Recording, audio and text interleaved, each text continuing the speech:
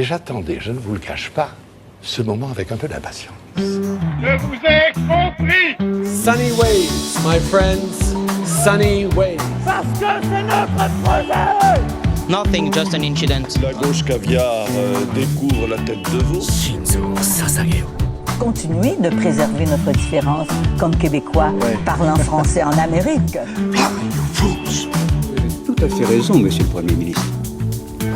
Et bonjour et bienvenue à tous sur le podcast Des bières et débats. Je suis aujourd'hui en compagnie de Astro. Bonjour. Et je suis moi-même Pidou. Et ça fait très plaisir de vous retrouver aujourd'hui pour ce nouvel épisode. Nouvel épisode où, voilà, encore une fois, relaxez-vous. Nous, on a nos petites boissons.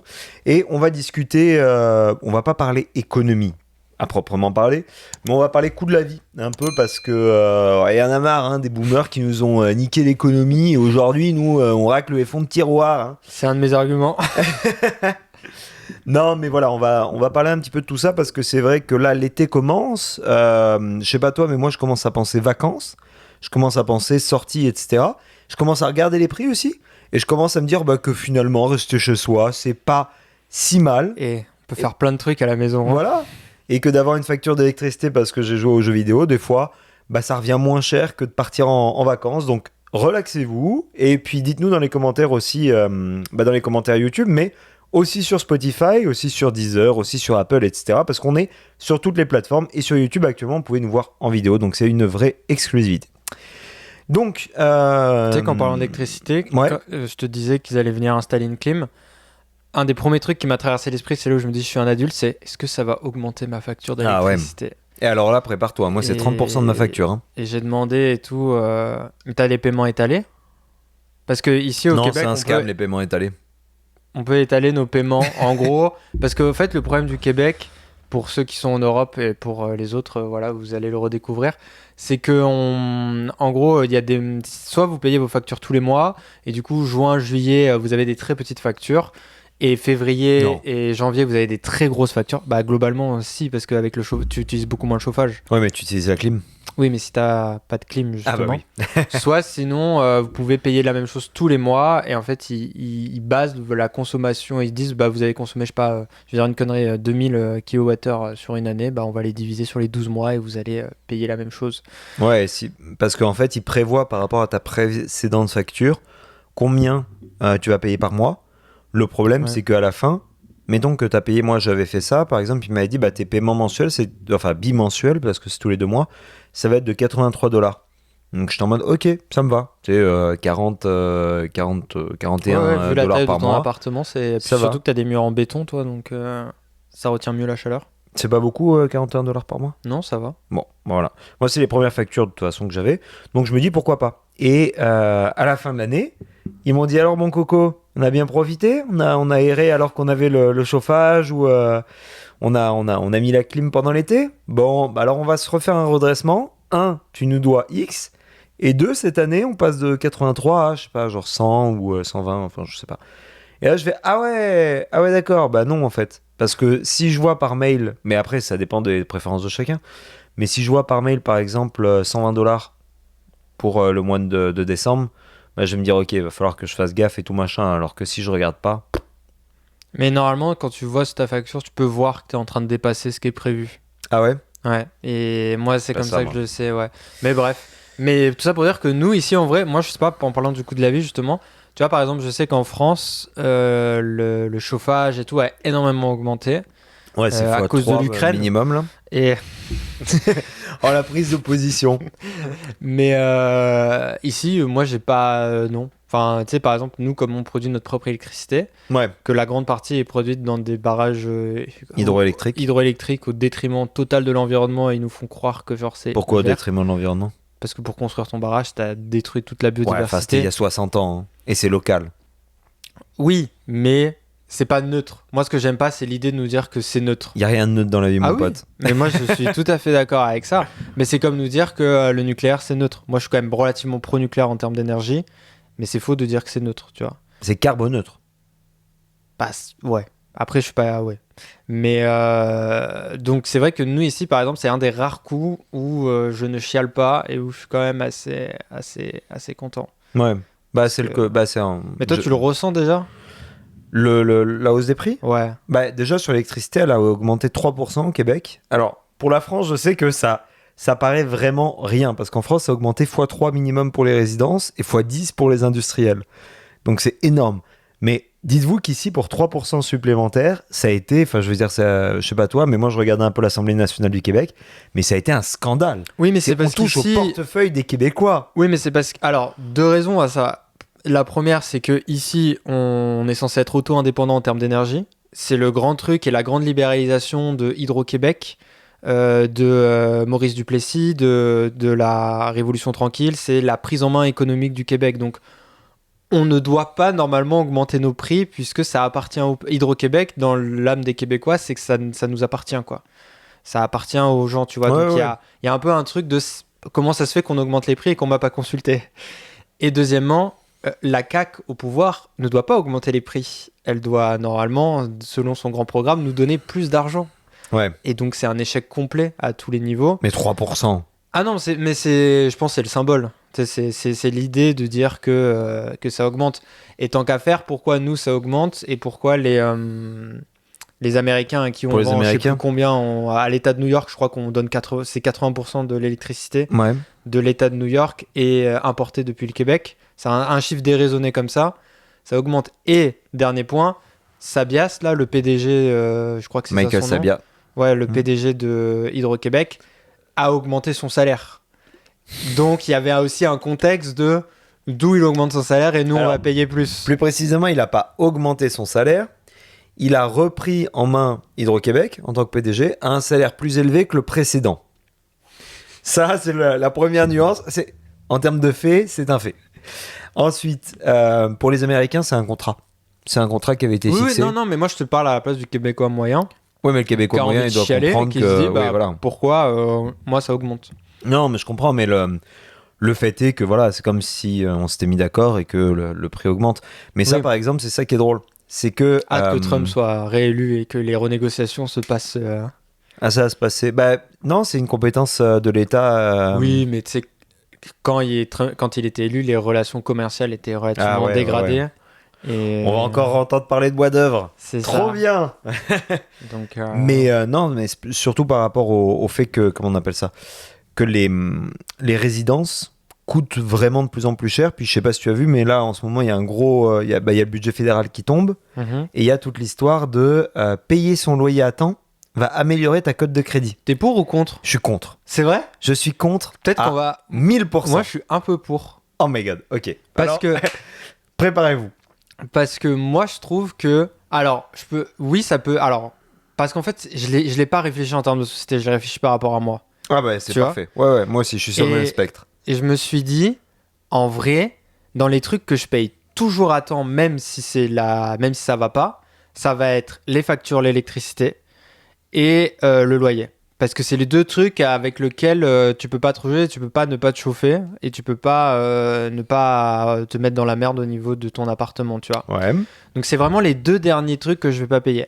Je suis pas très régulier sur mes paiements de crédit, mais sinon tout le reste, tu vois, internet, téléphone et tout, comme c'est des prélèvements automatiques, ça fonctionne bien. Et c'est vrai que je me suis dit, en vrai, d'avoir un autre moyen, mais c'est aussi parce que moi je suis un très bon payeur de loyer aussi. Il y a un peu un truc de me dire, bah je vois pas pour ça me conférerait un avantage en fait. Ça me permettrait d'être encore mieux. Et je trouve que bah, c'est normal parce que c'est un truc que tu dois payer tous les mois. Et en plus, si t'es pas bon payeur, tu peux après avoir des problèmes avec le TAL, là, le tribunal administratif du logement. Donc ça peut avoir un impact sur ces trucs-là. Oui, j'ai oublié de lancer le minuteur. Je le mettrai après. Donc ça peut avoir un impact sur ces trucs-là. Et je trouve ça un peu, enfin pas normal, mais je me suis dit en vrai, pourquoi pas. Après, je n'ai absolument pas réfléchi aux conséquences dramatiques que... Et c'est sûr que je si vais t'es dans... dépeindre tout de suite. Alors, Voilà. non. Alors déjà, pour faire une première mise en contexte, qu'est-ce que c'est qu'un credit score en fait au Canada et C'est qu'on en est général comme en Chine. Ben, Non, c'est pas quasiment. vrai. Mais on est en Chine capitaliste. Dans le sens que, en fait, par rapport à la France, ou pour emprunter, parce que généralement c'est au moment de l'emprunt qu'on a besoin de ce crédit, enfin de ce score, en France, tu Non. as besoin... Non, parce que t'en as besoin pour avoir un téléphone. T'en as besoin Ouais, enfin ton pour acheter un téléphone... téléphone. Ah si Non, t'as un parce que mauvais ton crédit, téléphone- tu peux pas avoir de... Mais c'est un oui ou non. pour le téléphone. Oui. C'est pas le prix de ton téléphone va dépendre de ça. Ah oui. C'est mais oui ou non, si tu finances ton téléphone sur plusieurs mois. Oui, ça je suis Voilà. d'accord. Oui, le C'est pas le téléphone, puis aussi je crois, non pas les forfaits internet aussi je crois. Je pense Bah le oui, mais degré c'est un du oui ou forfait non, ouais. internet, c'est pareil, c'est un oui ou non. Et Oui, moyen de demander pour tout ce Internet. qu'en fait que tu prends à crédit techniquement, donc tout ce que tu vas pas payer tout de suite avec ton propre argent, Voilà. normalement passe par la cote de crédit et y compris ton loyer. Ils peuvent faire une enquête Le de loyer, crédit, ce qu'on appelle. Tu peux pas avoir le montant de ton loyer. Tu peux avoir un oui ou non par rapport Oui. à ton score. Oui, en fait, on va te dire si tu es solvable ou pas. En gros. C'est ça. Donc ton propriétaire va dire du coup je vous accepte ou je vous accepte. Enfin, Voilà. il se peut réserver le droit de vous accepter ou pas sur cette Et donc base-là. ça, actuellement, c'est surtout et principalement par rapport à votre carte de crédit. Votre carte de crédit, par rapport à la France, c'est quoi ? C'est qu'en fait, en France, vous avez une carte de crédit qui pompe directement sur votre compte. Et après, vous pouvez être à découvert et avoir des agios en fonction du nombre d'euros qu'il y a en négatif sur votre compte. Au Canada, ce n'est pas pareil. Vous avez les cartes de débit qui débitent votre compte et vous avez les cartes de crédit qui vous endettent, mais si vous payez tout à la fin du mois, vous n'avez aucun intérêt et vous améliorez votre score, qui est en fait un score qui est donné avec plein de systèmes de calcul, qui dit, bon bah écoute, est-ce que c'est un bon payeur ? Donc là, il s'est endetté de, mettons, $1000, sa carte de crédit, donc on a un montant limité, mais ça en fonction de votre emploi, en fonction de pas mal de trucs qui peuvent vous l'augmenter. Donc il avait une limite à 2000, là il a dépensé 1000, et avant le mois, donc avant la fin du mois, entre guillemets, parce que ça change en fonction des gens, il a tout remboursé. Donc techniquement, il nous doit 0. Ce qu'il nous devait, il l'a immédiatement remboursé. Donc, très bien. On lui met, je sais pas moi, c'est sur 1000 ou sur 900 ou un truc comme ça. C'est sur 1000. Sur Non, 1000. 930, je crois. 950, c'est un truc trop C'est bizarre. ça, c'est Ouais. vraiment bizarre. Il y a 2 compagnies en plus. Enfin, c'est une arnaque incroyable. C'est que 2 compagnies qui gèrent ça. C'est une arnaque incroyable. C'est une arnaque totale. C'est un hold-up capitaliste. Et donc, il y a plein de facteurs qui jouent là-dedans. Il y a est-ce que vous utilisez ou pas votre carte de crédit ? Est-ce que vous l'utilisez beaucoup ? Parce que même si vous remboursez tout, si vous avez été jusqu'à la limite, c'est pas bon.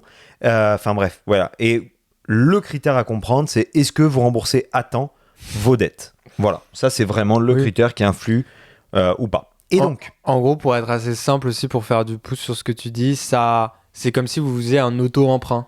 C'est un peu ça. C'est pas ton argent. C'est juste, tu peux emprunter à toi-même $1000, il faut que tu les rembourses, sinon la banque va te mettre des comment on appelle, des agios, là. Ouais, de l'intérêt. Intérêt dessus. qui est à 20% quand même. Ça dépend des cartes. Tu as déjà vu une carte ? Alors, pas 20, Ouais, parce que 20, moi, c'est le taux criminel. Moi, c'est 19 points. Moi, c'est 10.9 par exemple. Voilà, mais c'est tous 10.9, tu sais pourquoi ?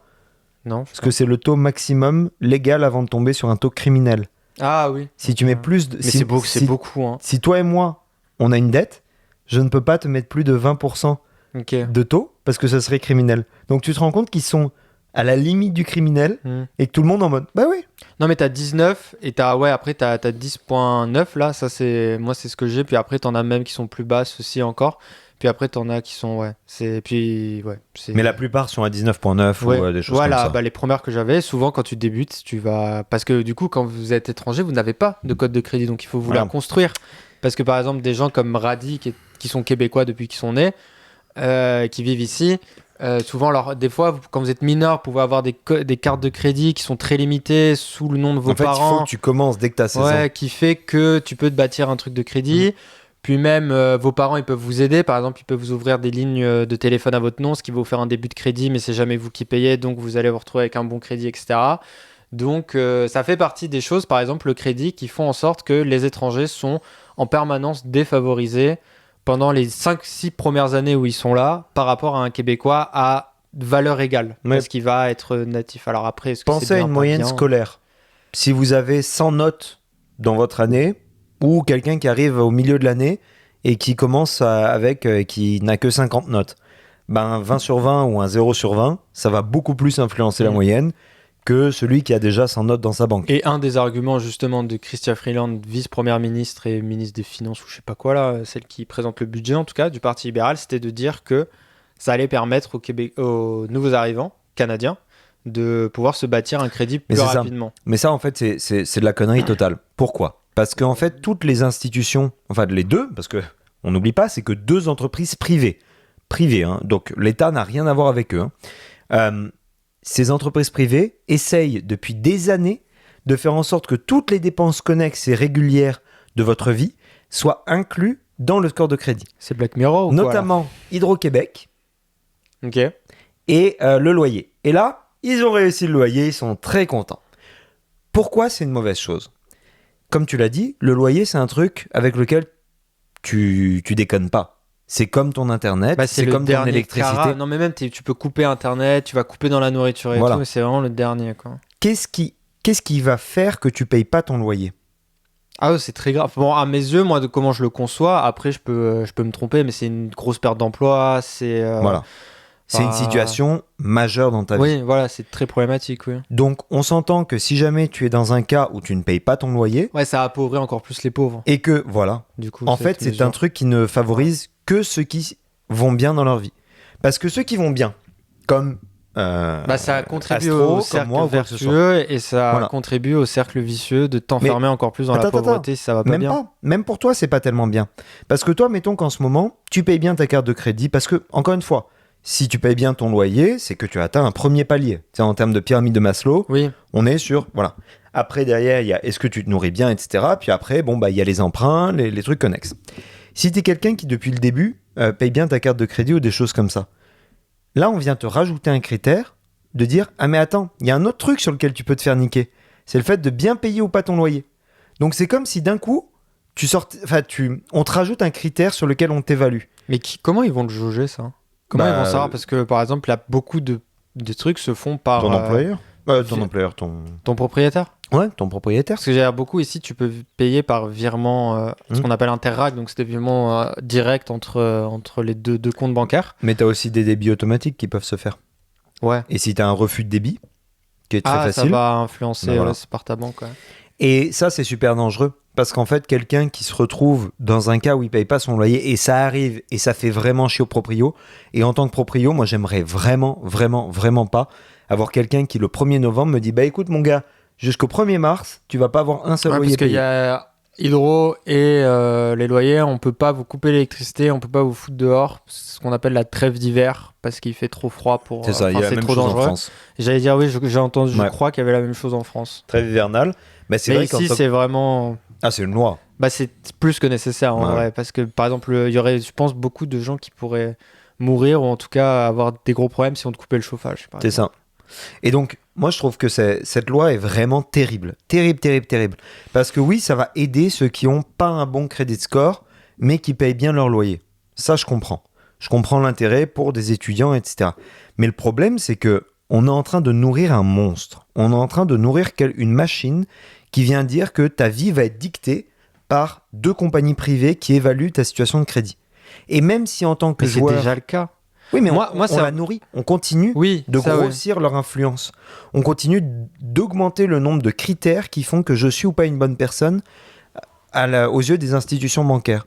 Et c'est un point tel où, si vous êtes une personne qui a actuellement refusé de jouer ce jeu, parce que pendant un moment, moi, je me suis dit, mais je ne veux pas jouer à ce jeu-là, je ne vais Ah, moi, pas j'avais utiliser pas ma carte de crédit. Moi, j'avais peur d'avoir une carte de crédit. Pareil. Parce que j'avais peur que ça m'endette ou quoi. Et tu sais, en tant qu'étranger, du coup, t'es toujours en mode. Et bah, ça baisse ton score de crédit. Ouais, si tu ça, n'utilises c'est pas ta ça, carte de c'est pas crédit. normal. Par contre, tu Voilà. devrais rester à un score neutre. Ouais. Donc si jamais... Mais qui dit que cette loi qui vient d'ouvrir une porte, bah n'ouvre pas la porte plus tard à si tu décides d'être en coloc par rapport à être tout seul. Ah ouais, mais là on sait moins si c'est un bon payeur parce que le colocataire il peut payer aussi. Et puis En couple aussi. Voilà, en couple. Et rajouter des trucs si par exemple ta copine habite chez toi alors que t'es propriétaire, elle paye pas de loyer. Donc, Non, puis même si vous comment- n'avez pas comment les elle mêmes fonctionne revenus aussi. ben bien sûr. Parce que par exemple, si ta copine gagne plus que toi, et que du coup vous faites un. Il y a beaucoup de couples aussi qui font ça, un truc proportionnel à combien vous gagnez. Exact. Au lieu de faire moitié-moitié, bah en fait, tu vas être pas jugé à ta juste valeur. Parce que Ouais. toi, tu vas payer genre 70% du loyer et ta copine 30%, mais c'est. Ou l'inverse. Et ouais, d'accord, ok. Et ouais. ça, je trouve ça, mais d'une. En fait, c'est cruel et ça nourrit, ça auto-entretient un monstre qu'on a laissé rentrer dans un système qui n'a pas sa place. Parce Mais- qu'à la fin, c'est pas du tout ton De crédit. toute façon, depuis l'avènement du crédit, en vrai, moi, ça me fait rire un peu les complotistes à 2 balles là sur Internet qui nous disent qu'on va tous être contrôlés par un monde et qu'on ne possédera rien et on sera heureux. Tu sais, je sais pas si tu connais Toi, t'es pas très exposé à ça.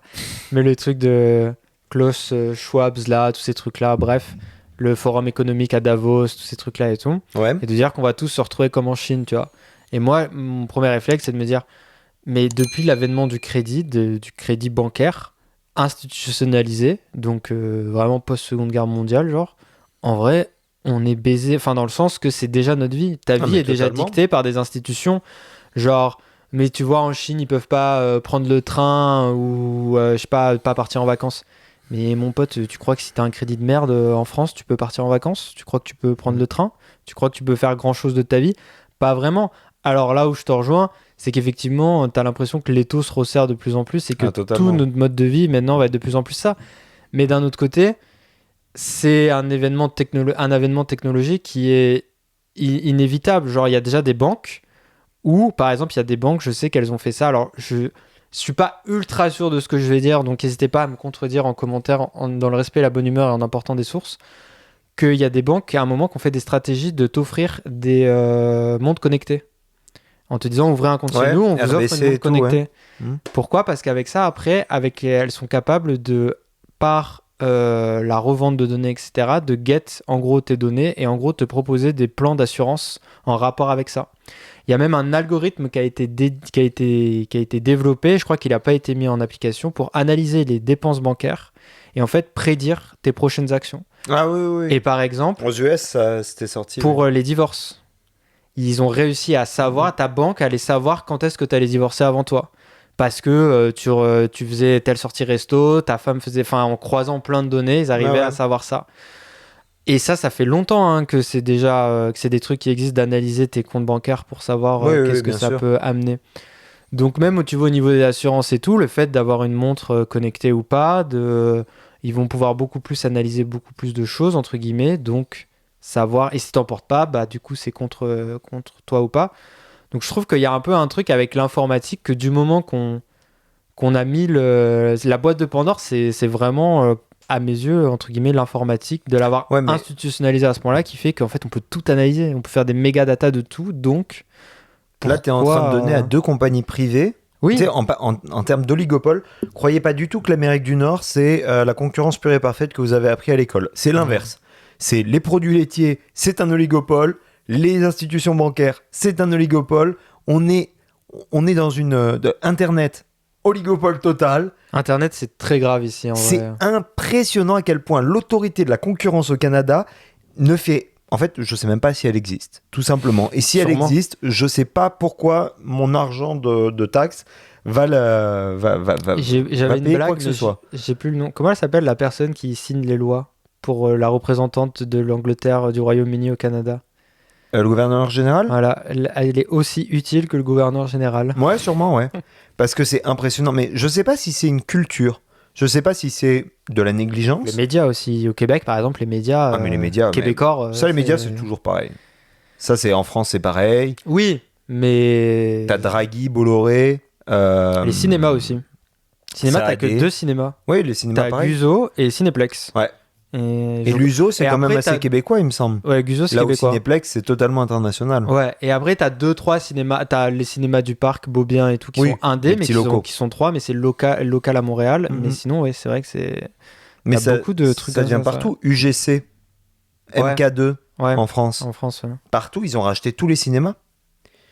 Donc, c'est ça où je pense que là aussi, si on veut revenir un peu sur notre sujet, moi, je trouve que c'est un petit peu... c'est un espèce de danger qu'on a laissé courir avec le libéralisme. Mais est-ce qu'il n'existait pas avant ce danger-là ? Moi, c'est ce truc-là. Tu vois, c'est moi ce que j'aime pas trop avec ce truc-là, c'est l'aspect, parce que j'ai pas les connaissances mais de me dire, est-ce qu'on n'est pas ultra alarmiste ? Mais en fait, c'est juste les acteurs qui changent, mais le nombre d'acteurs a toujours été le même et on a toujours été baisés comme on l'a été, entre guillemets, tu vois. Non, parce que avant, déjà, si on remonte, mais même pas si longtemps avant l'arrivée des grandes surfaces, avant Leclerc, avant Carrefour, 1960. Je crois que c'est la même année que Star Wars. Je crois que c'est 1970, un truc comme ça. Sûrement. 77. Tu avais tout ce système de paupérisation des sources d'approvisionnement pour les gens. Et ça, c'était dans tous les secteurs. Mais c'est une vraie question. Est-ce qu'à la source, c'était vraiment des sources d'approvisionnement différentes ? Au niveau des agriculteurs, les agriculteurs étaient avec des coopératives, mais les coopératives ne vendaient pas à des agro-industriels. Ouais. L'agro-industrie vient des États-Unis, Oui, ça, ouais. tu vois. Et ça, c'est ça où je trouve ça un petit peu dommage parce que actuellement, on a vu avec la révolte agricole que on tapait directement à l'État ou Bruxelles. Mais personne n'allait taper les agro-industriels. Je comprends, parce que c'est ceux qui achètent leurs produits. Mais il y a un moment, il faut savoir adresser le problème à la source. Je pense que le plus grand truc de cynisme que j'ai vu dans la dernière année, c'est les... ici, c'était Métro, IGA et les grandes chaînes d'approvisionnement, donc les Carrefour, Leclerc et tout, qui, devant l'augmentation des prix, ont dit on veut faire partie de la solution. Je me demande, mes bandes de chiens de la casse, c'est vous qui fixez les prix et qui prenez les marges et qui organisez toute cette débâcle. C'est l'équivalent de... La dernière fois que j'avais vu ça, c'était Trudeau à la marche du climat, quoi. Je me demande, mec, tu marches pour... Au revoir. Bonne journée. Non, mais le meilleur exemple. Super, il fouille mes poubelles. Tu sais qu'elle existe en France ? Ouais, je sais. C'est Dr. Oetker. Ouais, je l'ai vu dans une vidéo d'Amixem. Amixem, si tu passes par là, abonne-toi. Mais je me suis dit, putain, ça existe. Je pensais que c'était que d'ici, moi. Cette marque, je sais même plus si ça vient parce que Dr. Oetker, je sais pas. C'est Kraft Food. C'est Kraft, oui, c'est ça. Cette marque, parfait, c'est un closet. Selon le magasin mais quasiment c'est au jour près. Oui, je vois. Vous pouvez avoir la pizza à $2. Ouais. Ou actuellement, moi je l'ai acheté hier. 7,99. Pareil. Ouais. 7,99. Il n'y a rien qui change. C'est la même, ouais. Je parle pas dans le micro, donc peut-être on m'entend pas. Il n'y a rien qui change, d'accord ? C'est la même. C'est soit $2, soit 7,99 Ouais. en fonction du moment où vous l'achetez. Mais c'est une arnaque totale. Il y a Et c'est une pas vraie- une bonne pizza. Enfin, c'est... Mais tu sais qu'il y a une vraie concurrence entre les magasins aussi. Moi, j'ai découvert ça en changeant de quartier. Au revoir. J'ai découvert ça en changeant de quartier. Je ne savais pas. Alors, je sais pas si c'est pareil en France entre les carrefours et tout, mais par exemple, si tu vas dans un métro à Côte-des-Neiges, si tu vas dans un métro du Plateau, ou si tu vas dans un métro dans la petite Italie, c'est pas les mêmes prix. Alors que c'est la même chaîne. On parle pas non plus du jour et la nuit, tu vois. Tu vas pas avoir des trucs qui sont full différents, mais Ton panier d'épicerie n'est pas le même prix. ouais, tu vas peut-être avoir sur un panier à $120, tu vas peut-être avoir 5, $7 de différence. Mais ça, à la limite, Avec c'est les bien. mêmes produits. Ça, à la limite, je préfère ça, tu vois, par exemple. Mais oui, parce que c'est des franchises en fait aussi. Voilà, c'est Donc, le côté franchise. Mais ça, ouais, mais tu vois, je suis quand même un peu en mode. Mais ça, je sais c'est pas. normal. Moi, c'est le panier. Tu vois, par rapport à notre sujet, c'est vraiment le panier d'épicerie. Moi, je suis outré. Où tu sens le... Oui, parce que Ouais. du coup, on arrive sur le cœur un Ouais. peu du sujet. C'est au niveau du panier d'épicerie Ouais, que... je trouve que ça a vraiment augmenté. Les deux éléments, c'est le prix du loyer, particulièrement à Montréal, Ouais. et le prix des paniers d'épicerie où vraiment, des fois, on fait des courses, on n'a pas un repas. Enfin, t'as acheté des trucs, mais t'as pas assez pour faire 2 repas, tu vois, et t'en as pour 80 balles. Mais 80 vrais dollars, quoi. Pas, tu vois, t'as acheté, je sais pas, des trucs utiles, t'as acheté des bananes, t'as acheté, je sais pas, des sacs poubelles, t'as acheté, tu vois, 2 pizzas congelées et, je sais pas, du yaourt, et voilà, quoi. T'en as pour... Là, ce que j'ai dit, je suis presque sûr que ça coûte 40 balles. Ah ouais, je 40, faisais le 45 calcul parce que les bananes, généralement, c'est 6 ou 7 dollars. Alors, tout Les ce sacs qui est... poubelles. Sacs poubelles, tout ce qui est plastique, tout ce Mais qui est tu comme sais que je ça. suis à 2 doigts de faire une vidéo sur un TikTok ou un truc comme ça, parce que la dernière fois, j'ai voulu magasiner une poubelle. Je suis outré du prix que ça coûte. Ça coûte 80 balles une Ah poubelle. ouais. Je suis en Ah, mode, mais les grosses, c'est ouais, un truc, enfin c'est une boîte en métal là, tu vas pas me dire que ça coûte aussi cher à faire. Et les sacs poubelles, c'est 14 balles, quoi. Alors, moi, j'ai vu un effet indirect que je croyais pas. J'ai une toute petite poubelle maintenant chez moi. Vraiment petite. Alors évidemment, c'est depuis longtemps qu'on dit que plus ta poubelle est petite, moins tu jettes. Et finalement, voilà. Alors ça, totalement vrai. Mais impressionnant. Parce que tu repenses totalement tes déchets. Mais alors à une vitesse incroyable.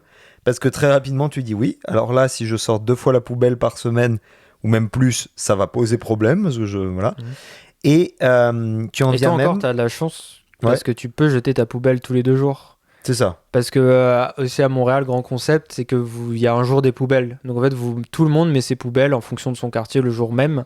Et toi, comme tu habites dans un immeuble, t'as une Mais c'est trash partout chute, qu'il y a un là. jour des poubelles. Non, mais toi, t'as un truc pour Moi, jeter j'ai une chute, ouais. T'as une chute, donc tu peux la jeter tous les jours, quoi. C'est ça. Mais, comment dire, tu le vois même sur les achats que tu fais. Parce que c'est vrai que moi, plus... tu vois, par exemple, ici, ils vous vendent la salade en barquette Ouais. plastique. Ouais. C'est un concept. Ça, par exemple, moi, je réfléchis. Je me dis, ah ouais, mon bac de recyclage, pour le coup. D'ailleurs, recyclage, tu as vu ce qui est sorti, là, en ce moment, au Québec? Sur les bouteilles de vin? Non, sur le recyclage. Tous les logos recyclables, etc., sont pas pensés pour le Québec. Donc, tu as Non, j'ai pas vu. T'as une grosse partie, je peux pas donner de pourcentage, mais tu as une grosse partie de tous les emballages qu'il y a au Québec qui sont recyclables, qui sont pas recyclables. Merveilleux. La connerie du machin. On oblige les industriels à écrire en français, ce qui est très bien. On n'est pas capable de mettre une norme par rapport à nos capacités de recyclage. Mais ça trompe le consommateur. En plus, oui. Ça trompe le consommateur. Il y a déjà des avocats qui sont sur le coup, qui disent « Ouais, mais attends, désolé, mais là, tu es en train de faire de la publicité mensongère. » Parce que moi, si je prends une option A plutôt qu'une option B par rapport à son indice de recyclage, moi, je sais que ça peut m'influencer, ça. Totalement. Totalement, surtout quand tu connais la valeur que ça peut avoir. Valeur que d'ailleurs, on ne renverse pas. Mais pour l'industriel, ça lui donne plein d'avantages. Donc bref, tout ça pour dire que le panier d'épicerie, moi j'ai une vraie question à ce niveau-là. C'est les gens voient l'augmentation du panier d'épicerie et s'indignent. Et je comprends parce que c'est directement là où tu vas commencer à faire les restrictions. Et moi je me demande si on n'a pas mal pensé le truc. Si on n'est pas en train de se dire, ouais, mais le fait que le panier d'épicerie augmente, évidemment, il ne faut pas qu'on soit pour, là, on va pas, voilà, etc. Mais notamment en France, quand c'est dû à des normes alimentaires supérieures et qu'on voit la différence de qualité avec l'Amérique du Nord, moi je suis prêt vraiment à vouloir que les gens payent plus cher pour avoir une meilleure nourriture. Mais deuxièmement, est-ce qu'en fait on n'a pas introduit dans nos modes de vie des dépenses inutiles qui font qu'à la fin du mois, quand on regarde, ou au 15 du mois, quand on regarde l'état de notre compte bancaire, on se dit « Ah merde, là ça va me coûter cher de rentrer l'épicerie là-dedans », alors que on a Netflix, alors qu'on a un abonnement de téléphone à 80$, alors qu'on a, tu vois, plein de dépenses que depuis 20 ans on nous a dit « T'en as besoin ». Si t'en as pas, t'es pas dans la société. Alors que l'alimentation, non, c'est ça dont on a vraiment besoin. C'est un bien essentiel, l'alimentation. Fais gaffe parce que tu peux avoir rapidement le discours de boomer, du coup, de dire arrête de t'acheter des cafés à 7 balles et tu pourras te payer une maison.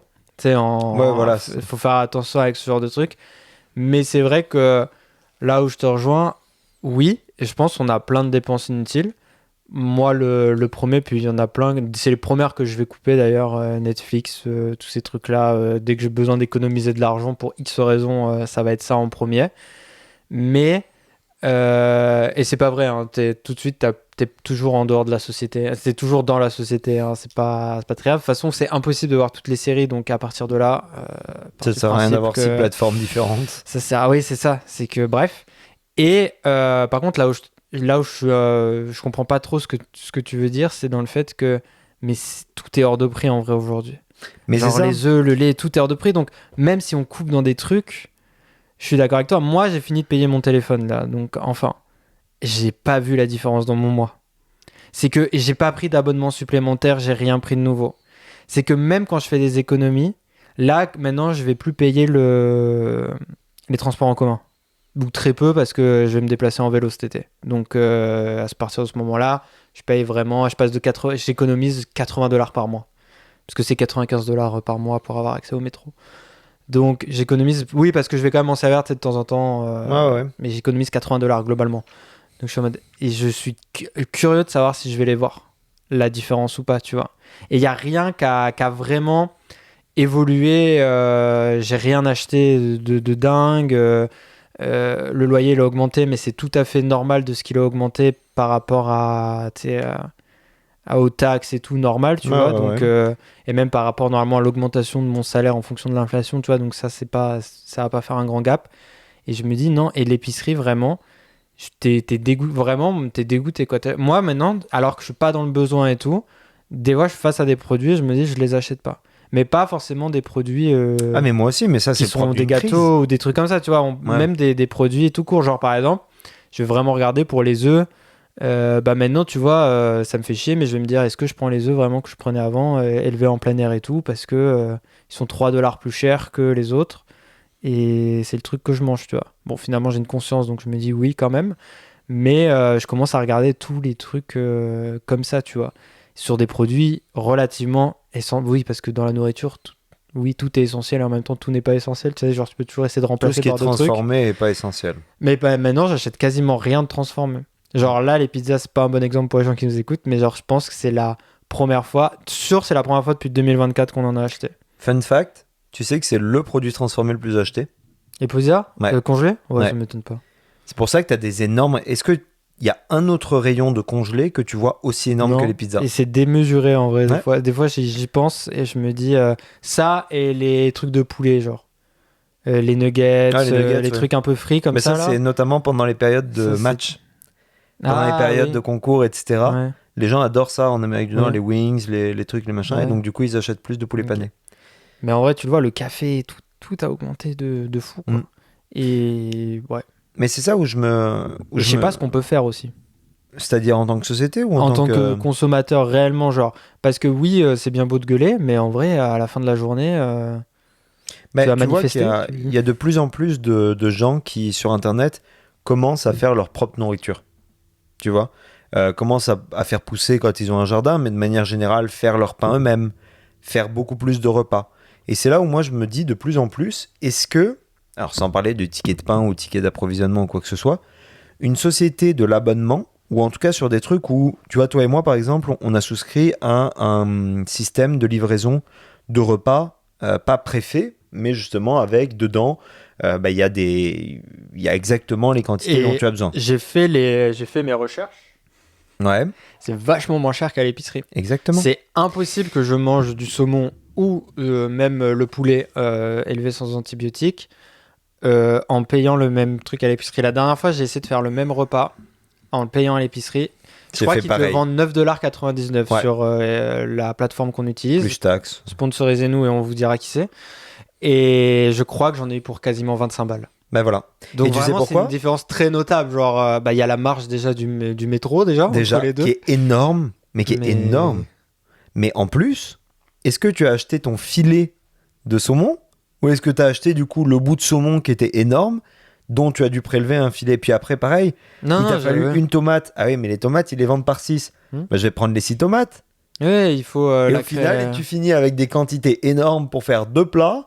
Le reste, tu vas dire, ouais, je le fais demain. Et puis tu les fais jamais, ça pourrit, tu es obligé de les jeter, ça te fait des déchets. Bah moi, c'est surtout genre les crèmes sûres, tout ce qui est laitier comme ça, je gâchais beaucoup avant. Terrible. Maintenant, je gâche quasiment plus parce que j'ai la dose qu'il me faut pour mon plat. Alors moi, petite théorie du complot, je trouve qu'ils ont... moi, ça fait depuis plus longtemps que je les que tu utilise. utilises ce genre de Ils ont réduit les...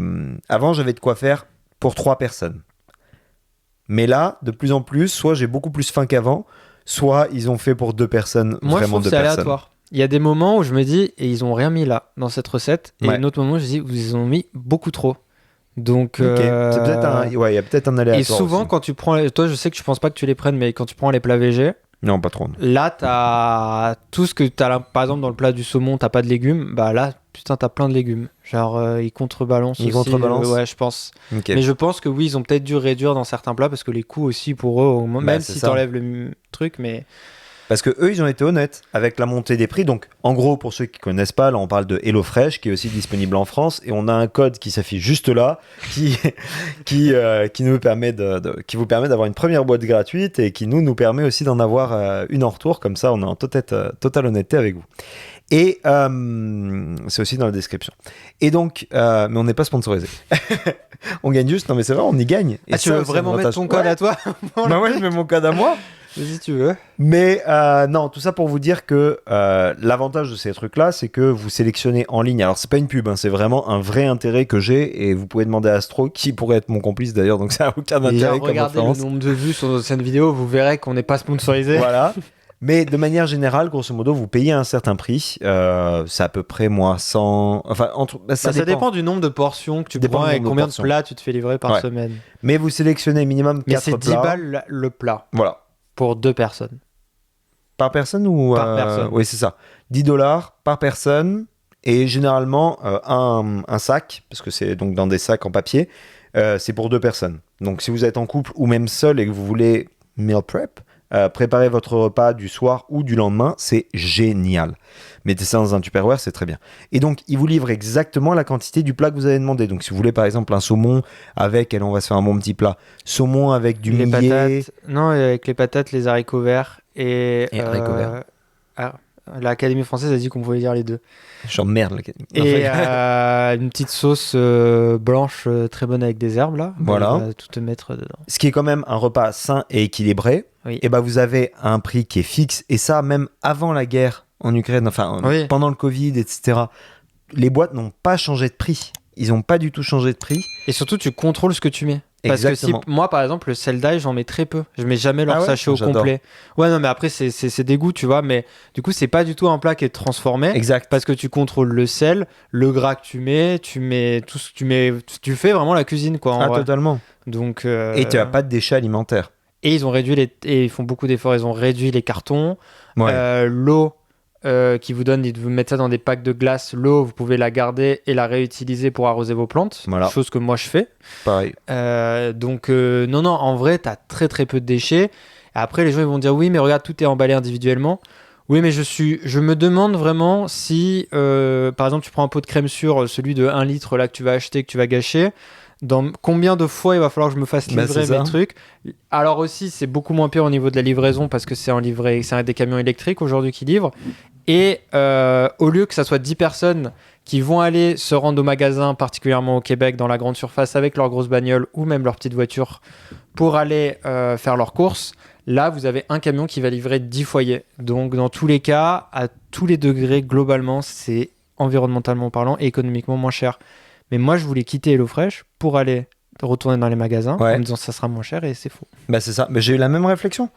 Et ce qui est drôle, c'est que ça, cette discussion qu'on a, où aujourd'hui on est tous les deux convaincus, on l'a eu en 2018. Parce qu'en 2018, moi j'étais chez Good Food, qui était le premier à s'installer ici, et qui, eux, pour le coup, avaient tout qui était dans des sacs plastiques, tout en micro-emballage, etc., qui n'était pas avec des camions électriques. Et on avait eu la même réflexion. On s'était dit, mais il y a un problème de déchets qui est juste déplacé vers du déchet plastique, il y a du problème de livraison, etc. Et finalement, on voit, et c'est là où la concurrence fait améliorer les choses. Quelque chose, ouais. C'est parce qu'on a eu des acteurs qui sont arrivés sur le marché et qui ont dit non, nous on va proposer des sacs en papier. Non, nous on va avoir des camions électriques. Ah oui, mais regardez, nous on va avoir. Et t'as une amélioration du service qui pour nous, pour le même prix, on a mieux. Oui, puis eux ils font des plus grandes marges parce que de toute façon, s'ils utilisent moins de produits, Puis beaucoup de produits sont locaux, hein. Oui. Beaucoup de produits sont québécois. Bah, la viande, le saumon, tout ça, ils ont les certifications, les mêmes que quand tu payes. T'as ton poulet là, tu peux soit avoir celui gonflé à l'eau, horrible, emballé dans du stérémousse du métro qui va coûter, on va dire, $8-9, et puis tu vas avoir l'autre à $17, sans antibiotiques, un truc à froid et tout, pressé à froid et tout, et c'est bon. Et bah, c'est ce genre de poulet que t'as dedans, donc d'une ferme locale. Donc c'est ça, il y a un vrai avantage. Et par exemple, dans le truc cabane à sucre, c'est des trucs locaux. J'ai pas pris le. Moi, je l'ai pris, c'est des vrais trucs locaux. Ouais. Ils ont fait vraiment l'effort. Ouais, mais après, quand tu proposes ça, bah oui. Tu joues aussi un peu ton image, quoi. Passe pas pour un con. Mais tu vois, HelloFresh, par exemple, moi, je suis aussi chez Just Plate et Factor. Oui, toi, tu passes ta vie à négocier des rabais. Ah ouais, tout le temps. Et tu vois que c'est la même entreprise qu'il y a les trois. Parce que déjà, c'est la même mais charte je t'avais graphique. envoyé. Un jour, j'ai fait une plainte parce que vous pouvez faire des plaintes aussi quand les produits n'arrivent pas bien et ils vous donnent de l'argent. Donc ça, c'est bien. Mais soyez honnête, parce qu'on veut pas qu'après, quand on a des vraies plaintes, ça marche plus. Le gars, je lui dis bonjour, mon paquet était percé, donc remboursez-moi. Et il me dit bonjour, je suis Marwan de Chef's Plate. Et après, il a renvoyé juste bonjour, je suis Marwan de HelloFresh. Et voilà. Ça m'a fait rire parce que oui, du coup, c'est vraiment les mêmes. En tout cas, ils font affaire au même truc, quoi. Mais c'est là où tu vois qu'il y a comme. Parce que les repas Factor, donc Factor, c'est quand t'as encore moins le temps. C'est vraiment des petites barquettes. Et ça, j'ai moins confiance, par exemple. Bah c'est les mêmes, mais quand je mais tu sais, au niveau de tu contrôles pas vraiment ce que tu oui, mets. mais du coup tu contrôles moins. Mais par exemple, les plats qui me sont proposés pour la semaine, oui, c'est les mêmes. Ouais. Donc en fait, à mon avis, ils ont juste des gens qui préparent à côté en boutique. Honnêtement, dans les temps impartis. Alors Factor, il demande plus de temps. Ah, ok. Et à mon avis, c'est ça aussi qui joue. Mais tu sais que j'ai réalisé que les trucs HelloFresh, si tu les fais à deux, tu tombes dans les temps qu'ils te disent pour faire le plat. Ah, mais c'est pour ça. Parce que la dernière fois, on l'a fait à deux et en vrai, on était pile dans le temps. Parce que ça, ils vous mettent aussi combien de temps ça sur le prend. truc. Mais c'est faux, tout est faux. Bah, les chronos, ils sont faisables. Parce qu'ils sont vraiment faciles. Par exemple, attends, c'était lequel que j'ai fait hier? Oui, c'était une petite salade très sympa avec un petit peu de dinde et des petites pommes de terre. Très rapide, hein. J'ai coupé les pommes de terre, j'ai foutu ça au four, salade, terminé. Mais les autres, les 40 minutes là, C'est 1 heure. Tout est un mensonge effronté. Oui, non, c'est. Mais c'est Ouais, qui compte pas le temps de préchauffage de ton four. Moi, mon four, il met 1000 ans à chauffer. Donc, Non, mais C'est lourd. et puis là où ils se font de l'argent, en fait, c'est juste pour terminer sur cet arc-là, c'est en fait qu'ils ont supprimé le métro et ils ont supprimé le middleman. En fait, en gros, eux, ils font affaire avec le producteur, ils emballent tout ça et ils te le livrent. Ouais. Et en fait, ils ont enlevé le gars qui va venir démarcher le producteur, le métro, les gens dans le métro. Et, enfin, ils ont supprimé métro, tous c'est ces Leclerc, trucs. hein, parce Oui, que ça... pardon, oui, c'est. Mais ça existe métro en France, mais c'est pas le même c'est pas truc. du tout pareil. Ouais, Ouais, c'est pas du tout pareil, c'est genre un Costco, je crois. Ouais. Et en fait, ils ont supprimé beaucoup d'acteurs. Et en fait, du coup, ça leur permet de réduire leur marge. Enfin, ça leur permet de réduire les coûts de base et donc d'avoir quand même une grande marge et de donner aux consommateurs moins cher. Donc, c'est pas du tout un acte de bon cœur qu'ils font en mode on va fermer. Non. Ils se font vachement de thunes. Ils se font plein de thunes là-dessus. Et ils ont juste trouvé un loophole, entre guillemets, pour. Mais c'est là où je pense aux consommateurs, moi. C'est que je me dis que moi, si je suis persuadé d'avoir assez à manger de manière saine, locale, éco-responsable, on va pas dire écologique, mais éco-responsable, et que à la fin, bah, mes frais sont toujours les mêmes, et qu'il n'y a pas de couilles dans le potage, littéralement, au niveau de frais cachés ou de choses comme ça, bah, je me dis peut-être qu'il faut qu'on, dans des temps de crise, repense notre modèle économique en termes de... Ouais, mais tu vois, par rapport à ce que tu disais, est-ce qu'on nourrit pas un monstre horrible? T'imagines si tout le monde demain s'abonne, on va savoir ce que tu bouffes, donc on va pouvoir en faire un algorithme, C'est vrai. on va pouvoir savoir comment tu t'alimentes, donc tes assurances, bonjour, on va pouvoir te mettre ça. Genre, et l'État, pour le coup, et même si c'est déjà le cas, contrôlera la nourriture.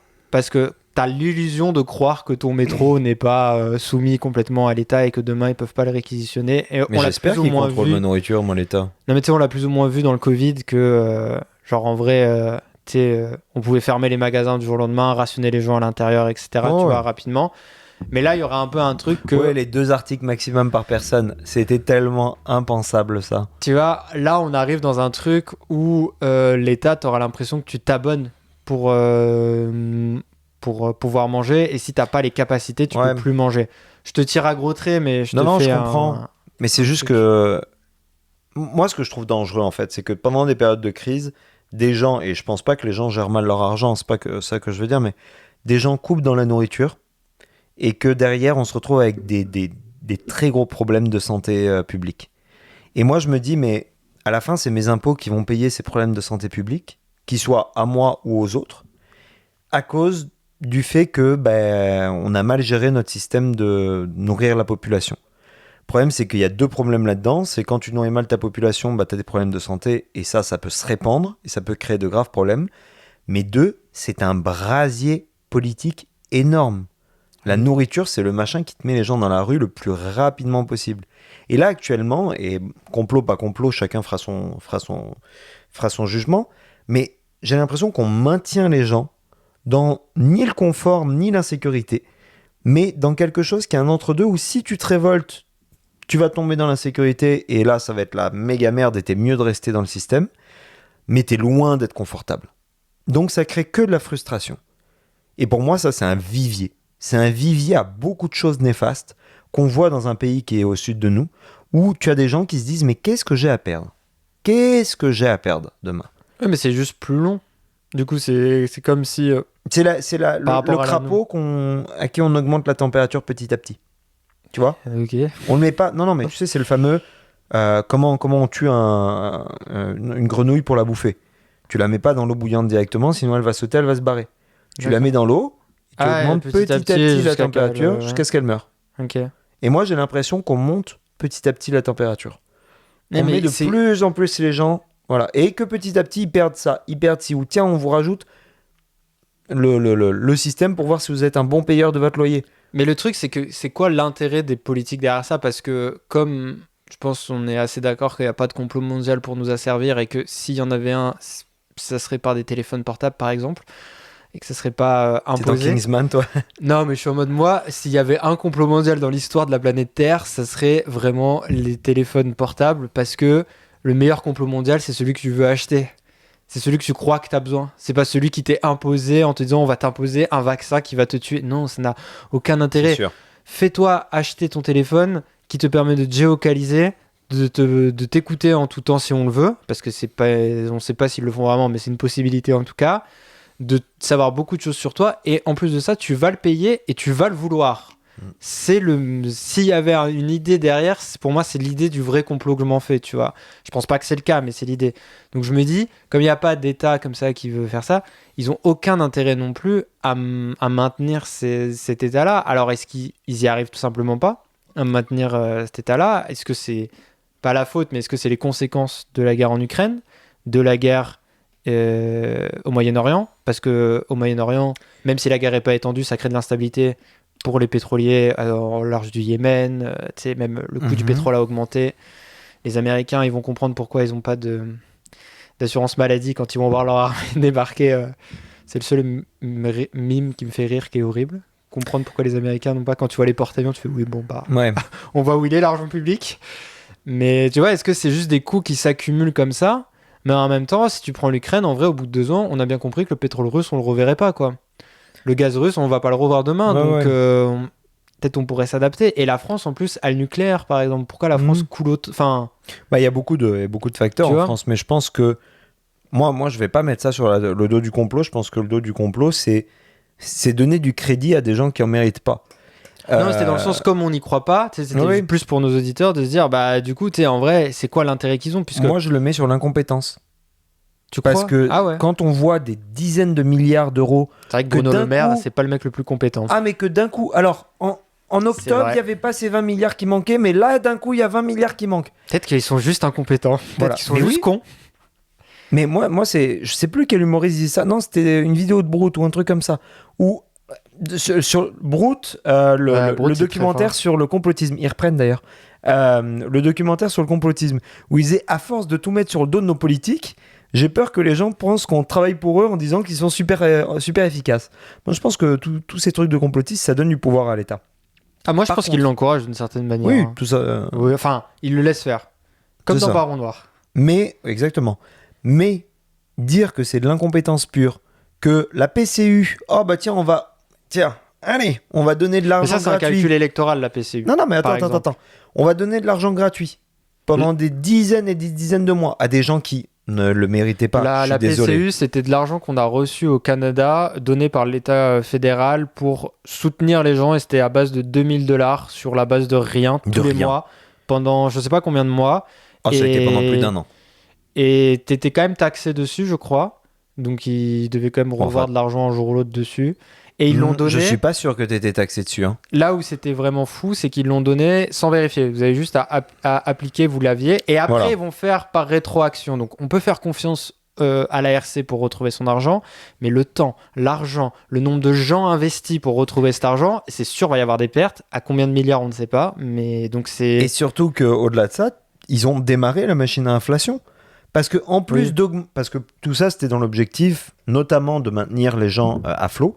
Parce que, alors là, en pure honnêteté de responsable politique, il y avait beaucoup d'étudiants, notamment, ou de premiers de cordée, qui avaient perdu leur emploi parce que Covid. Donc, on a dit, ces gens-là, du jour au lendemain, s'ils n'ont plus de quoi payer le loyer, s'ils n'ont plus de quoi payer quoi que ce soit, ça va être une catastrophe totale. Il y a plein de pays qui n'ont pas eu de PCU. Hein. La France n'a pas eu de PCU. Bah, c'est ça, la France, on a vu des lignes pour aller s'alimenter Voilà. de la part d'étudiants. Hein. Donc, et c'est pas bon, hein, je dis pas qu'on Ah ouais, non, aurait non. dû faire ça. Mais qu'est-ce que ça a créé? Ça a créé plein de gens. Déjà, ça a créé énormément de fraude. Il y a eu beaucoup de gens qui, au lieu de consommer dans les biens principaux, parce que c'était pas genre 500 €, hein, ça a été 2000 et quelques dollars qui ont été donnés par mois. C'est énorme. Sachant que la plupart des gens, beaucoup en tout cas, c'était beaucoup plus que ce qu'ils gagnaient. Voilà. Et Un qu'est-ce que ça a étudiant, créé c'était plus comme. que ce qui est- Oui, bah, c'est ça. Qu'est-ce que ça a créé comme problème? Le premier problème, c'est évidemment le fait que quand tu injectes autant d'argent dans l'État, tu l'inventes pas l'argent. Tu dois l'imprimer. Donc, tu es obligé d'imprimer de ta monnaie. Donc, tu baisses la valeur de ta monnaie. Euro, dollar. D'ailleurs, moi, je regardais ça de manière très, très proche pendant tout ça. Actuellement, 1 euro, c'est 1,47 $. US, Non, canadien. canadien. Ok. Pendant le Covid, et ça a toujours été 1 euro égale 1,40 € à peu près. Ouais.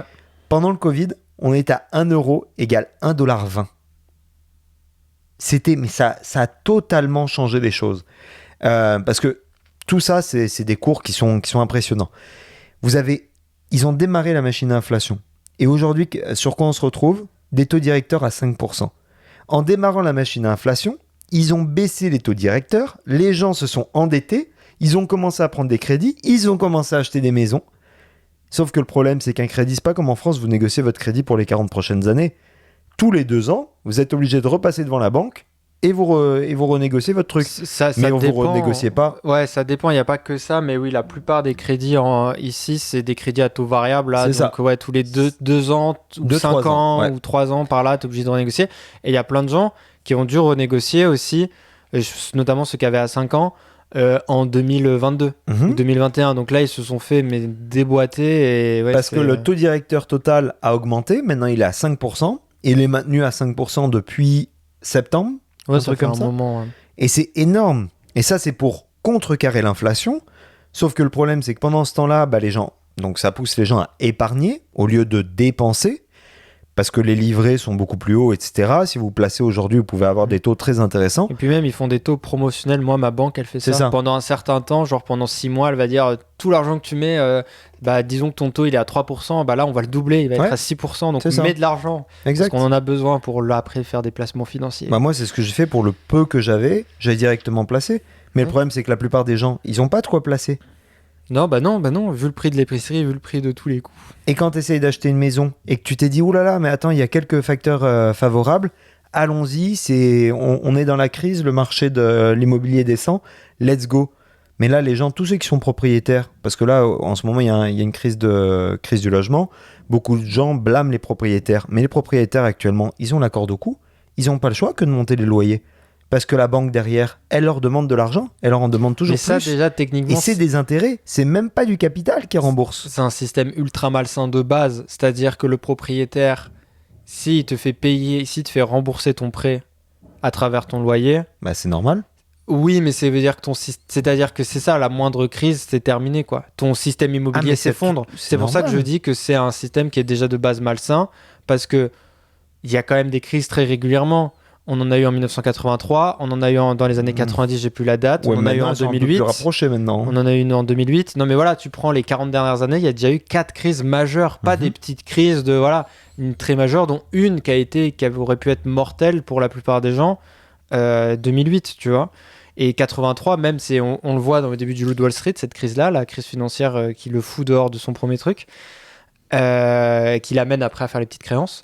Et justement, tu te dis, mais c'est régulier, donc déjà ton système de base, il n'est pas fait pour... Et là, maintenant, on se rend compte que parce même que des facteurs d'habitude- externes, comme le Covid, peuvent te niquer ton crédit, ton truc immobilier, quoi. D'habitude, la banque, en France, il n'y a pas ce problème-là de taux directeur. Parce que la BCE a fait un bon boulot. Parce que la BCE a contrôlé sa monnaie pendant le Covid. Donc actuellement, tu n'as pas ce problème Ouais, mais d'augmentation le des Canada, loyers à ils sont cause de ça. baisés, ils sont déjà avec du dollar canadien. L'euro, c'est pas la même manière Le aussi. dollar canadien a survécu en 2008. Parce qu'il y a eu une bonne gestion. Ouais, j'avoue, j'ai pas les connaissances pour pouvoir Et me c'est prononcer là- sur la gestion de la... C'est là où je dis que c'est de la mauvaise gestion et de l'incompétence. C'est que Bruno Le Maire, quand il fait voter sa loi en septembre, grosso modo, étalée sur novembre avec toutes les... Voilà. Et qu'il nous revient, là, en début d'année, avec un projet de loi rectificatif. Mais le problème, c'est que... Et qu'actuellement, il dit, non, j'ai pas menti, c'est qu'on s'est trompé. Mais les gars, vous pouvez pas vous tromper de 20 milliards. Ok, vous dealez avec des centaines de milliards parce que vous êtes l'État. Mais tu peux pas te rendre compte 6 mois plus tard que tu t'es planté à ce point-là et qu'il faut absolument prendre des mesures d'urgence qui va faire économiser 10 milliards là tout de suite et qui à chaque fois prend cher dans ces moments-là? Les fonctionnaires, les profs, les services publics. Et c'est pas moi qui le dis, c'est eux.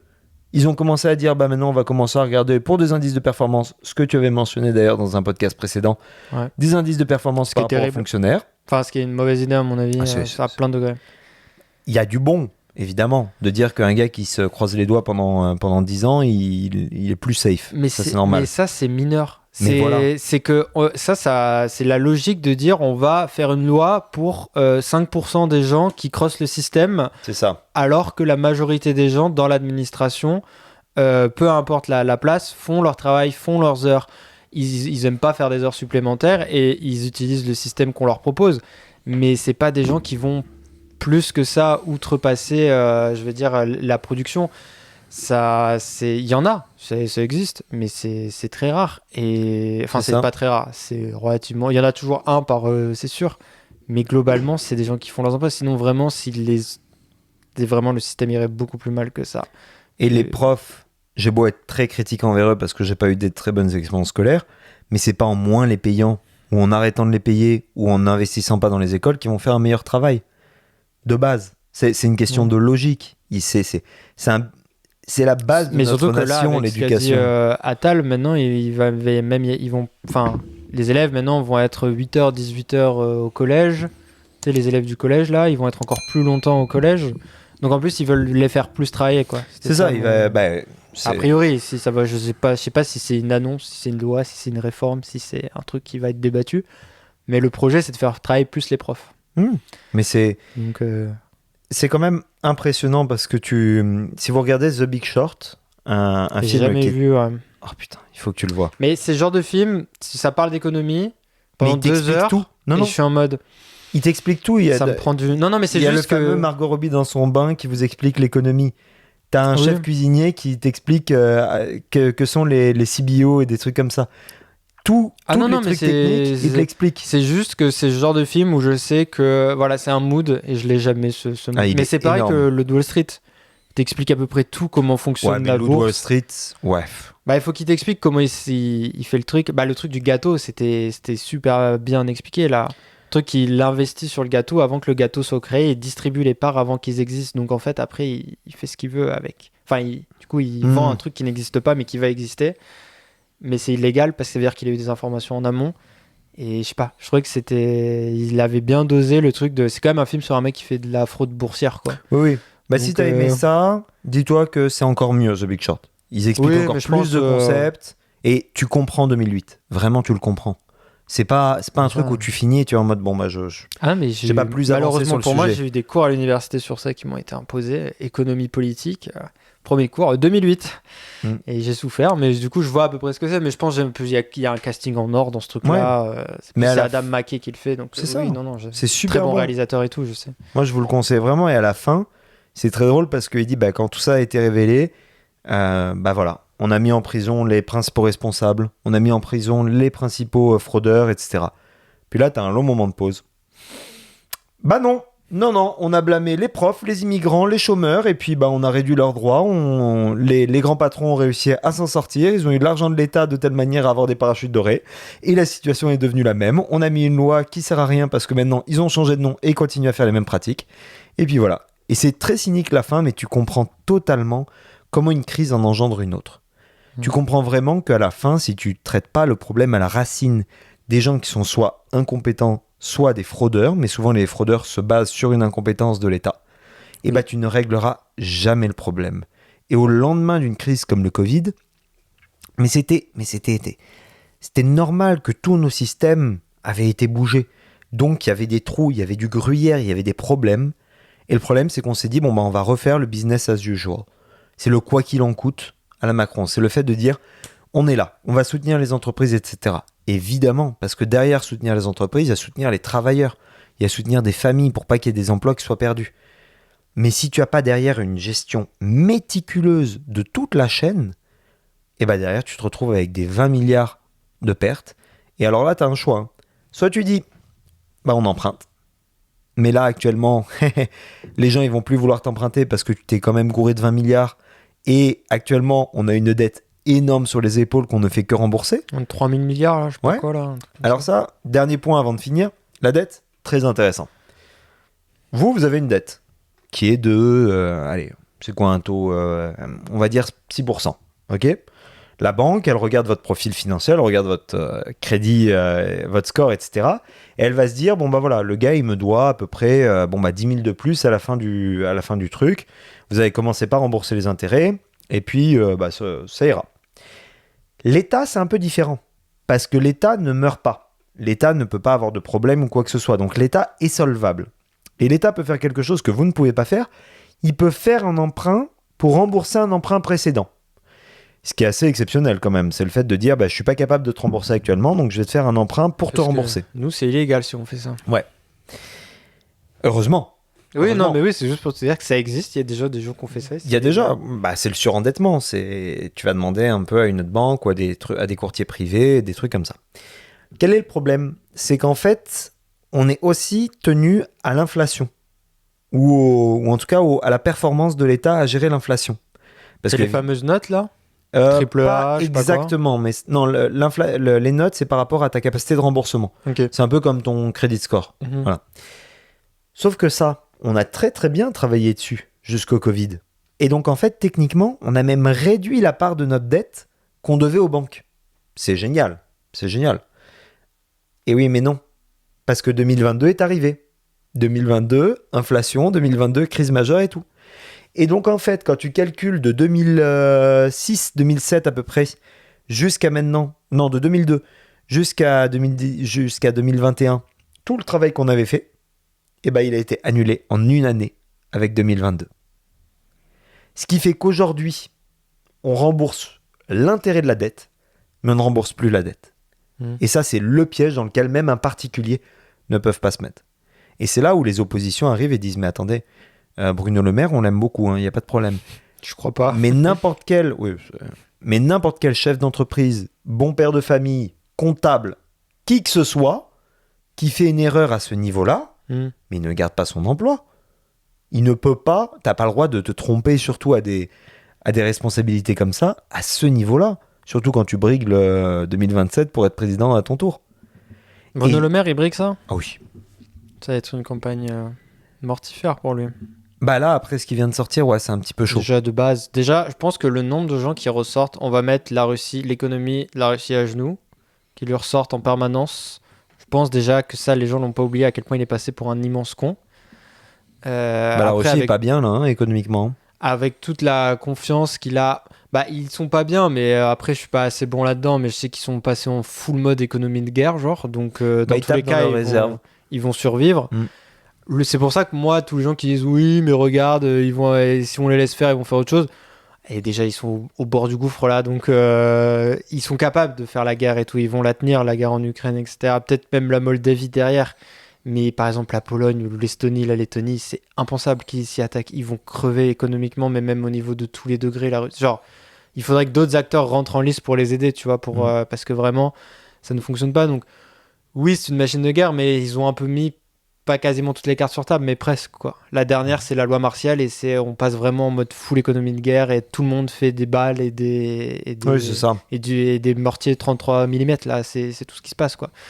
Donc, il y a encore une marge de manœuvre, mais sa marge de manœuvre, c'est Stalingrad, quoi. C'est ça qui lui reste, quoi. Non, mais en vrai, tu vois, donc en vrai, oui, ils vont pas très bien, mais à quel moment tu t'es pas dit que la Russie avait peut-être la capacité et la dangerosité, parce qu'à partir du moment où ils ont passé la frontière, là, tu rentres dans une nouvelle dimension, d'avoir la capacité de faire ça. Donc déjà, Bruno Le Maire, c'était pas le mec qui lit mieux son environnement. Ouais, non. Quand les mecs, ils déploient 120 000 soldats à la frontière et qu'ils font passer la frontière, tu te dis, bon... voilà quoi, c'est le plus grand depuis la Seconde Guerre mondiale, c'était là où il y a le plus de soldats réunis au même endroit, quoi. Donc tu fais bon, peut-être qu'ils vont décider d'y aller pour de vrai, quoi. Moi j'aime bien cette stat, c'est 30 000 soldats d'écart entre le débarquement en Normandie et ce qu'il a déployé a priori le long de la frontière le 22 février 2000. Ouais. Il y avait 30 000 soldats de plus pour le débarquement, mais ça te donne le degré de la volonté qu'il avait d'aller au bout du truc, tu vois. Tu te dis, oui, bon, la Russie, c'est pas des tocards, quoi. Donc, oui, on va pouvoir leur faire mal, et ça a marché un temps, avec la sortie du truc SWIFT et tout, machin, mais en vrai... Donc, c'est pour ça que Bruno Le Maire, président, je pense qu'il va falloir qu'il ravale vite sa fierté et qu'il se rende compte qu'à mon avis, il est pas très aimé, quoi. Surtout quand tu vois des gens comme Bardella qui ont l'air sensés à sa place. Je dis pas que c'est le cas, je dis juste que lui... Ah, c'est facile quand t'es pas dans les mains dans le cambouis de juger ceux qui l'ont. Bardella a cette chose mystique qui n'arrive qu'une fois dans une carrière politique, c'est qu'il n'a jamais pratiqué le pouvoir. Il a jamais rien pratiqué, il a même pas eu d'emploi, ce gars. Donc à partir du moment... Il a jamais eu un seul travail. Non, mais on peut rien lui reprocher. Ah on peut rien lui reprocher de sa vie. Donc c'est mystique quand t'arrives, tu peux juste chier sur les gens qui ont un bilan et toi t'en as pas. Donc c'est toujours le même cas de pourquoi le président... c'est toujours plus dur pour un président sortant de se faire réélire qu'un nouveau contender de se faire élire pour la première fois. Bien sûr. Parce qu'il n'a pas de bilan à défendre. Donc là, c'est pour ça qu'aux États-Unis, c'est hyper intéressant parce que c'est très rare qu'on ait deux présidents qui aient deux bilans consécutifs en plus, avec des crises majeures. Enfin, c'est très rare qu'il y ait des bilans aussi similaires, quoi, qui se proposent. Parce qu'il y a eu des crises en Iran, il y a eu des crises... il y a eu la pandémie aussi, mais ça, c'est différent. Mais tu as eu la crise en Ukraine qui sont chauds. Enfin, bref. Mais donc non. Mais c'est sûr que Bruno Le Maire, pas ouf en tout cas à mon avis, comme candidat, moi j'en entends pas beaucoup de bien. Donc, mais c'est vrai que c'est assez lunaire que Macron le garde, sachant que Macron, si j'avais un conseil à lui donner, ça serait peut-être de soigner un peu son image auprès des Français et de montrer qu'il est à l'écoute. C'est de, tu vois, par exemple, le move de mettre Gabriel Attal, c'était un bon move parce que c'est un des plus aimés. Des plus aimés. Il est jeune, donc forcément les jeunes vont... Puis il a la patate, il envoie quand même. Tu vois, voilà, donc après, on peut juger sa politique, etc. Mais sur le principe, tu comprends pourquoi l'idée de vouloir le mettre lui et pas un autre, tu vois. Et il choisit plutôt bien ses premiers ministres, en vrai, je trouve, globalement, Macron. Mais c'est vrai que le reste des gens, je sais pas si c'est les premiers ministres ou Macron, mais le gouvernement, c'est assez désastreux, en vrai. Quand tu vois qu'ils décident de faire un ministère sport, éducation, l'année des JO, par exemple. Ça, c'était pas impensable. En fait, historiquement, en France, t'avais, à l'époque, t'avais peu de ministères. Ouais, mais... Et l'année où tu dois faire aussi des grosses réformes pour l'éducation. C'était une vision. Tu voulais faire en sorte que l'éducation et le sport soient reliés. Déjà, rends ta Seine potable. Rends des infrastructures qui tiennent la route. Là, j'ai vu les photos du Champ de Mars. Pas ouf pour l'instant. C'est dans 3 mois. T'as vu à Montréal ce que tu peux faire en 3 mois? Oui, mais là, pour moi, ça commence à ressembler vraiment à... comment il s'appelle ce film 3 mois où il va falloir de la potion magique pour tout construire. Ah oui. Parce qu'ils ont 3 mois aussi pour construire le plus beau palais. C'est vrai. Donc là, je me dis, bon, impossible n'est pas gaulois, mais quand même, exactement. Là, il va falloir y aller, les gars. Non, mais c'est vrai que ça craint. Mais c'est vrai que on n'a pas parlé vraiment du loyer aussi, mais je trouve que la situation économique, c'est pour faire un peu une finalité, tu vois. Un round-up. Un oignon. Voilà, un oignon. Je trouve que ça va vraiment de pire en pire, en vrai, globalement, dans des coûts essentiels. Et je vois pas trop comment on va... parce que moi, je suis pas... C'est assez abstrait, l'économie, pour moi, en vrai. Parce que c'est beaucoup, tu sais, sur la confiance et sur plein de trucs aussi. Il y a beaucoup de facteurs externes aussi qu'on contrôle pas vraiment. Je vous conseillerais d'aller voir l'histoire de GamerStop aux États-Unis. Comment ça te montre bien la fragilité de la bourse, je trouve, comment des mecs qui ont sur Reddit ont réussi à faire trembler la bourse, quoi, vraiment depuis leur basement, et tu te dis c'est quand même assez impressionnant, quoi. Et ça montre la fragilité du système aussi, et en même temps sa résistance, parce qu'ils sont quand même fait écraser à la fin de la journée, les gars, plus ou moins. Mais ils se sont fait écraser parce qu'il y a eu de la fraude. Oui, mais il y a eu de la fraude qui a fait qu'ils les ont empêchés après de vendre leurs actions. Oui, mais le système gagnera toujours. C'est aussi ça la leçon, quoi. Mais quoi qu'il en soit, tu vois, donc c'est assez abstrait. Je me dis, je vois pas comment on va réussir à redescendre, et surtout, je ne vois pas quel acteur a d'intérêt. Parce que là où je te rejoins, c'est dans la frustration. C'est des ventes records qui font les métros, les IGA, les Carrefour, les Leclerc et tout. C'est des chiffres d'affaires déraisonnés. C'est terrible. Quel intérêt... C'est des milliards. Ouais, quel intérêt ils ont à réduire les prix à un moment? Aucun. Non, parce qu'à la fin, tu auras besoin de tes bananes. Oui, mais si les gens continuent d'acheter. C'est que moi, en fait, je vois pas comment les acteurs en place ont un intérêt à revenir à une situation d'avant. Mais c'est là où le politique doit être... Et c'est à l'inverse... littéralement pour ça qu'on élit des gens. C'est pour leur rentrer dans le foie et leur dire, maintenant le gâteau, tu le partages. Et si tu le partages pas, ben on va le prendre pour toi. Donc, taxe sur les super profits. Ouais, nationalisation aussi. Non, les taxes... Oui, les taxes. Là, c'est vraiment un niveau... pour l'énergie, par exemple. Mais tu taxes les super profits. C'est pas normal que tu fasses des milliards et des milliards sur le dos de l'inflation. Que tu le fasses sur un marché sain. Oui, parce que t'as bien géré. On va pas dire à Microsoft, c'est pas normal que tu fasses de l'argent. Bah non, ils ont un produit qui est énorme, qui a réussi à se répandre. Voilà. Apple, on lui dit. Pas parce qu'il a fait un produit qui est énorme, c'est parce qu'il utilise des techniques de marketing ou des techniques d'utilisation qui sont frauduleuses. Mais, après, c'est peut-être les meilleurs aussi. Non, mais objectivement, non. Mais faire de l'argent sur le dos de l'inflation, qui est un facteur externe et donc qui n'est pas du tout de ton ressort, et en plus aggraver le problème parce que plus tu augmentes les prix, plus les prix augmentent, ah bah là non. Là non.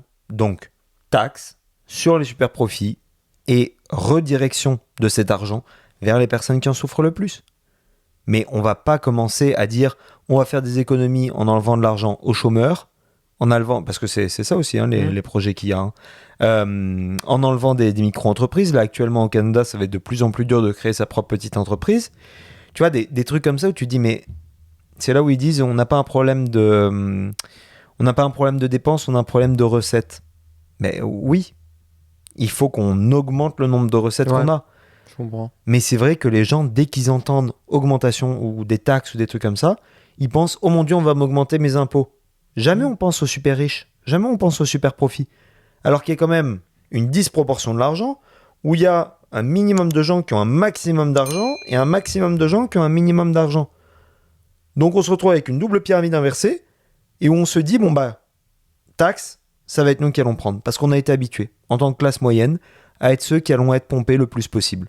Ouais, et puis je pense aussi que tu peux comme il y a un plus grand nombre, c'est plus facile de taxer 1 euro 60 millions de personnes qu'une personne 60 millions d'euros, par exemple. Mais oui, mais c'est exactement ça. Donc, ouais, mais tu vois, mais ouais, peut-être, mais du coup, c'est... Et c'est la porte ouverte aux complotistes, derrière, qui vont dire, ouais, mais ils vont jamais tacler le portefeuille des riches, parce que c'est les riches qui les payent, Vraiment, et des trucs comme ça. Regarder Succession, tu vois, tu parlais de l'incompétence.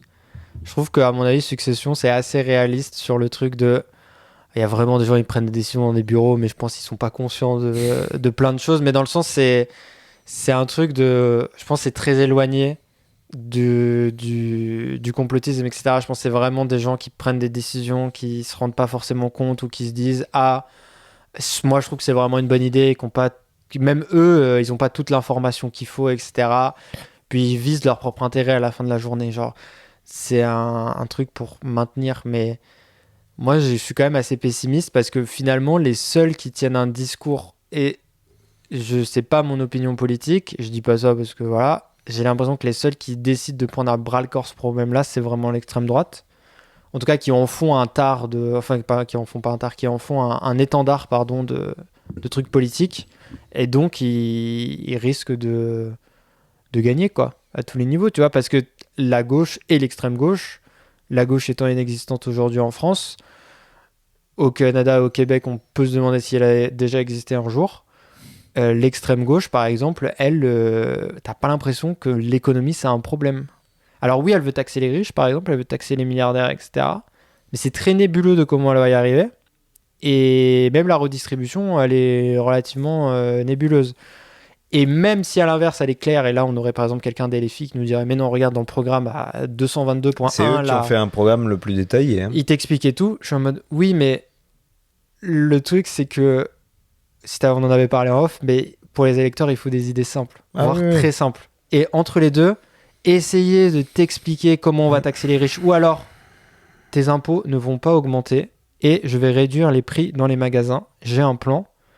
C'est plus simple à comprendre que m'expliquer comment on va taxer les super riches et pourquoi surtout on l'a pas fait avant, par exemple. Alors que faire croire qu'un truc nouveau va arriver et que tu as la solution pour, et c'est vraiment plus le discours de la droite et de l'extrême droite, particulièrement de Bardella notamment, je trouve, et de Marine Le Pen, bah forcément c'est plus simple. C'est aussi le discours de Poilievre, hein, ici par exemple. Ouais, mais alors Poilievre n'est pas à l'extrême droite, Poilievre est conservateur, mais de toute façon c'est pas le même échiquier politique. C'est pas le même, ici. Donc c'est pas pareil, mais Poilievre c'est ça. C'est on va réduire les taxes. C'est simple les gars, vous allez retrouver de l'argent, on va réduire les taxes. Et sans réduire, et on va réduire la machine étatique, parce qu'on n'a pas besoin de tout ça, mais vous n'allez pas réduire vos services, parce que de toute façon vous aurez plus d'argent. Donc voilà. Et du coup j'ai l'impression que c'est la seule chose vers laquelle on se dirige, en tout cas, que c'est vrai que ça leur crée un boulevard, quoi. Donc après... Totalement. Et quand tu vois, quand ils sont au pouvoir... Pour l'instant, moi, je me base essentiellement sur Mélanie. Pas ouf, son bilan. Non, ça marche pas. Mais regarde Orban, regarde les Polonais, regarde... Orban, je sais que, mais j'ai pas leur bilan. Je sais que la Pologne, c'est pas ouf, mais après, la Pologne, ils ont pris tout l'argent. Et eux, pareil, quand tu vois leur armée, tu comprends pourquoi ils ont pas de service public, en fait. Donc, tu te dis... je crois que c'est le pays, à l'extérieur des États-Unis, qui a le plus de F-16 au monde. Donc, tu te dis, bon, c'est... Vraiment, leur armée, c'est affolant. Je crois qu'ils sont genre... C'est la 17e ou 18e armée au monde, la Pologne. Tu te dis quand même, avant, il y a beaucoup de pays quand même qui ont beaucoup plus d'habitants, d'argent, etc. Non, la Pologne, c'est déraisonné. Donc, tu te dis, bon, tu comprends leur investissement ailleurs. Mais même le Royaume-Uni, tu vois, ils ont essayé d'y aller fort avec les conservateurs et tout. Et ça va pas bien. Donc, c'est pour ça que même si eux sont élus, je suis en mode. Je sais même pas si ça va marcher, quoi. Dernier effet néfaste de la PCE que j'ai pensé pendant que tu parlais, en termes d'incompétence, et ça a été la même chose lors de tous les plans de relance, c'est le fait que les capitaux fuient. Dans le sens que si tu me donnes $2000 et qu'actuellement j'ai un ordi qui est pas ouf, je vais m'acheter un Mac. Tu me donnes $2000 et j'ai toujours voulu des Louboutins, des Chanel. Voilà. Sauf que cet argent-là, après, il part du Canada. Ouais, c'est on fini. avait parlé, oui, c'est Amazon quoi, qui a pris le plus Voilà. d'argent globalement. Donc Amazon, je sais même pas s'ils sont taxés au Canada. Et ça, c'est un gros. Bah, déjà, il faudrait qu'ils soient réglo à ce niveau-là. Oui, voilà. Ils ont une certaine réputation, mais le problème, c'est que moi, je suis très content qu'il y ait beaucoup de gens qui achètent du Louboutin et du Chanel, parce que ça retombe dans les pages de l'État français à la fin. Mais c'est pas ça qui bénéficie à ton économie, mais surtout à ton peuple. Bah, c'est de l'économie à court terme, quoi. À court terme, tu vas gonfler, ou Ouais, tu c'est vas ça. maintenir Même dans là. le cadre de la Covid, et après, tu vas t'effondrer, quoi. Donc c'est pour ça que je pense que la mauvaise gestion est plus à blâmer, et que c'est souvent dans les périodes de mauvaise gestion, dans l'histoire, qu'on a vu les pires choses arriver de la part du peuple, comme manière de surcorriger. Ah bah de toute façon, si tu te touches à la bouffe, dès qu'on a touché à la bouffe, n'importe quel peuple, en tout cas en Occident, j'avoue, je connais pas les révolutions ailleurs, quoique Mao Zedong, ça s'est pas bien passé quand il a commencé à faire des famines.